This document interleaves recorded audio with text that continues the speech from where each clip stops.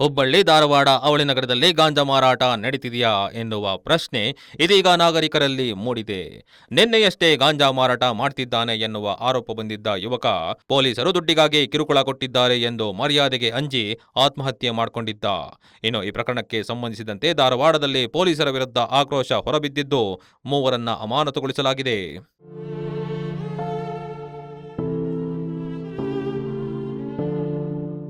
ಒಂದೆಡೆ ರಾಜ್ಯಪಾಲರಿಗೆ ಜಿಲ್ಲಾಧಿಕಾರಿ ಮೂಲಕ ದೂರು, ಮತ್ತೊಂದೆಡೆ ಪೊಲೀಸ್ ಕಮಿಷನರಿಗೆ ಪತ್ರ. ಜೊತೆಗೆ ಜಿಲ್ಲಾಧಿಕಾರಿ ಕಚೇರಿ ಮುಂದೆ ಎಬಿವಿಪಿ ಹಾಗೂ ಸಮಾನ ಮನಸ್ಕರ ವೇದಿಕೆಯಡಿ ಮಾಜಿ ಶಾಸಕಿ ಸೀಮಾ ಮಸೂತಿ ನೇತೃತ್ವದಲ್ಲಿ ಬೃಹತ್ ಪ್ರತಿಭಟನೆ. ಇವೆಲ್ಲ ದೃಶ್ಯಗಳಿಗೆ ಧಾರವಾಡ ಜಿಲ್ಲಾಧಿಕಾರಿ ಕಚೇರಿ ಆವರಣ ಸಾಕ್ಷಿಯಾಯಿತು. ಧಾರವಾಡದಲ್ಲಿ ಅಮಾಯಕ ನಿರುದ್ಯೋಗಿ ಯುವಕನನ್ನ ಗಾಂಜಾ ಕೇಸಿನಲ್ಲಿ ಸಿಲುಕಿಸಿರುವ ಹುನ್ನಾರ ನಡೆದು ಪೊಲೀಸ್ ದೌರ್ಜನ್ಯಕ್ಕೆ ಅಮಾಯಕ ವಿದ್ಯಾರ್ಥಿ ಯುವಕನ ಬಲಿಯಾಗಿದೆ ಎಂದು ತೀವ್ರವಾಗಿ ಆಕ್ರೋಶ ವ್ಯಕ್ತಪಡಿಸಿದರು. ವಿದ್ಯಾರ್ಥಿ ಆತ್ಮಹತ್ಯೆಯನ್ನು ಮಾಡಿಕೊಂಡಿದ್ದಾನೆ. ಅದರ ಕುರಿತು ಅವನಿಗೆ ನ್ಯಾಯವನ್ನು ಸಿಗಬೇಕು. ಅದರ ಜೊತೆಗೆ ಕೇವಲ ಒಬ್ಬ ವಿದ್ಯಾರ್ಥಿ ಅಲ್ಲ, ಇವತ್ತು ಹುಬ್ಳಿ ಧಾರವಾಡದಲ್ಲಿ ಗಾಂಜಾ ಹಾಗೂ ಡ್ರಗ್ಸ್ ಎಲ್ಲೆಂದರಲ್ಲಿ ಬಹಳ ಸುಲಭವಾಗಿ ಸಿಗ್ತಾ ಇದೆ.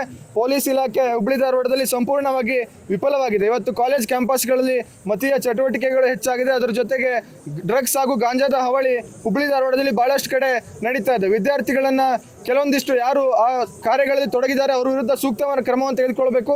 ಅದನ್ನು ಎಬಿವಿಪಿ ಕೂಡ ಸ್ವಾಗತವನ್ನು ಮಾಡ್ತದೆ. ಅದರ ಜೊತೆಯಲ್ಲಿ ಯಾರು ಅದರಲ್ಲಿ ತೊಡಗಿಕೊಳ್ಳಿಲ್ಲ ಆ ವಿದ್ಯಾರ್ಥಿಗಳನ್ನ, ಅಮಾಯಕ ವಿದ್ಯಾರ್ಥಿಗಳನ್ನ ಕರ್ಕೊಂಡು ಹೋಗಿ ಅವ್ರನ್ನ ಕೌನ್ಸಿಲಿಂಗ್ ಮಾಡ್ತೀವಿ ಅನ್ನುವಂತ ಹೇಳುವಂತ ಮುಖಾಂತರವಾಗಿ ಅವರಲ್ಲಿ ಫೇಕ್ ಕೇಸ್ಗಳನ್ನು ಹಾಕಿ ಅವರ ಹತ್ರ ಕಮಿಷನನ್ನು ಕೇಳಿಸುವಂಥ ಕೆಲಸವನ್ನು ಇವತ್ತು ಹುಬ್ಳಿಯ ಒಂದು ಧಾರವಾಡದ ಪೊಲೀಸ್ ಇಲಾಖೆ ಮಾಡಿರುವಂಥದ್ದು ಬಹಳ ವಿಷಾದವಾದ ಒಂದು ಘಟನೆ.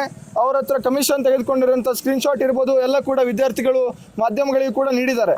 ಇವತ್ತು ಎಬಿವಿಪಿ ಅದೇ ದೃಷ್ಟಿಯನ್ನು ಇಟ್ಟುಕೊಂಡು ಕೇವಲ ಇದೊಂದು ಹುಬ್ಳಿ ಧಾರವಾಡದ ಸಮಸ್ಯೆ ಅಲ್ಲ, ಇಡೀ ರಾಜ್ಯದಲ್ಲಿ ಇವತ್ತು ಡ್ರಗ್ಸ್ ಹಾಗೂ ಗಾಂಜಾದ ಹಾವಳಿ ನಡೀತಾ ಇದೆ. ಬಳ್ಳಾರಿ ಇರ್ಬೋದು, ಮೈಸೂರು ಇರ್ಬೋದು, ಈ ರಾಜ್ಯದಲ್ಲಿ ಪ್ರತಿಭಟನೆ ವೇಳೆ ಎಬಿವಿಪಿ ಹಲವಾರು ಪ್ರಮುಖ ಬೇಡಿಕೆಗಳನ್ನ ಇಟ್ಟಿದೆ.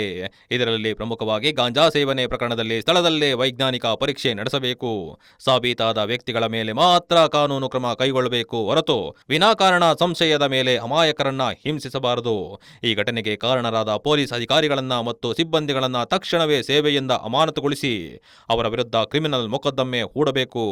ಇಂತಹ ಕಠಿಣ ಕ್ರಮಗಳಿಂದ ಮಾತ್ರ ಮುಂದಿನ ದಿನಗಳಲ್ಲಿ ಇಂತಹ ಘಟನೆಗಳು ಮರುಕಳಿಸದಂತೆ ತಡೆಯಲು ಸಾಧ್ಯ ಎಂದರು. ಇನ್ನು ಒಟ್ಟಾರೆ ಪ್ರಕರಣಕ್ಕೆ ಸಂಬಂಧಿಸಿದಂತೆ ವಿದ್ಯಾಗಿರಿ ಪೊಲೀಸ್ ಠಾಣೆಯಲ್ಲಿ 2 ಹೆಡ್ ಕಾನ್ಸ್ಟೇಬಲ್ ಹಾಗೂ ಓರ್ವ ಪೊಲೀಸ್ ಕಾನ್ಸ್ಟೇಬಲ್ ಸೇರಿದಂತೆ 3 ಮಂದಿಯನ್ನ ಅಮಾನತು ಮಾಡಲಾಗಿದೆ. ಇನ್ನು ಡಿಸಿಪಿ ಶ್ರುತಿ ಅವರ ನೇತೃತ್ವದಲ್ಲಿ ತನಿಖೆ ನಡೆಯಲಿದೆ ಎಂದು ಪೊಲೀಸ್ ಕಮಿಷನರ್ ಎನ್ ಶಶಿಕುಮಾರ್ ಹೇಳಿದರು. ಮೊನ್ನೆ ರಾತ್ರಿ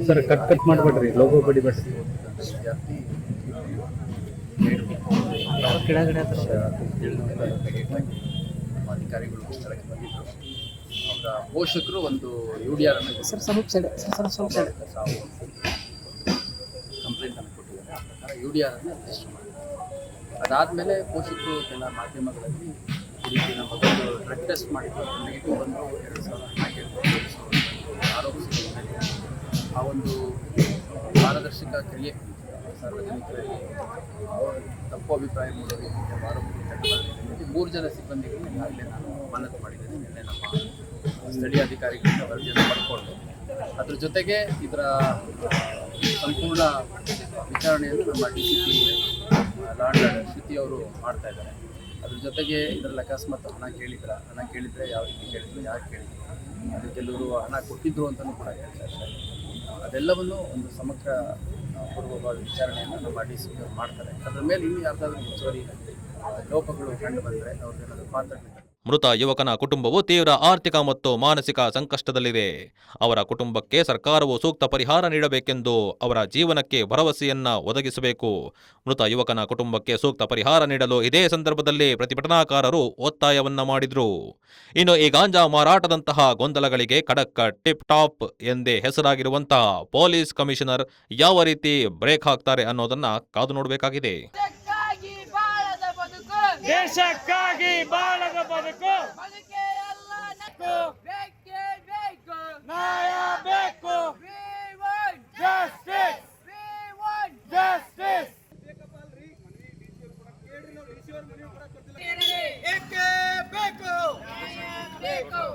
ನಿರುದ್ಯೋಗಿ ಯುವಕರನ್ನು ಹತ್ತಿಕ್ಕುವ ಕಾಂಗ್ರೆಸ್ ಸರ್ಕಾರಕ್ಕೆ. ಸಂಪೂರ್ಣ ನ್ಯೂಸ್, ಇದು ನೊಂದವರ ಧ್ವನಿ.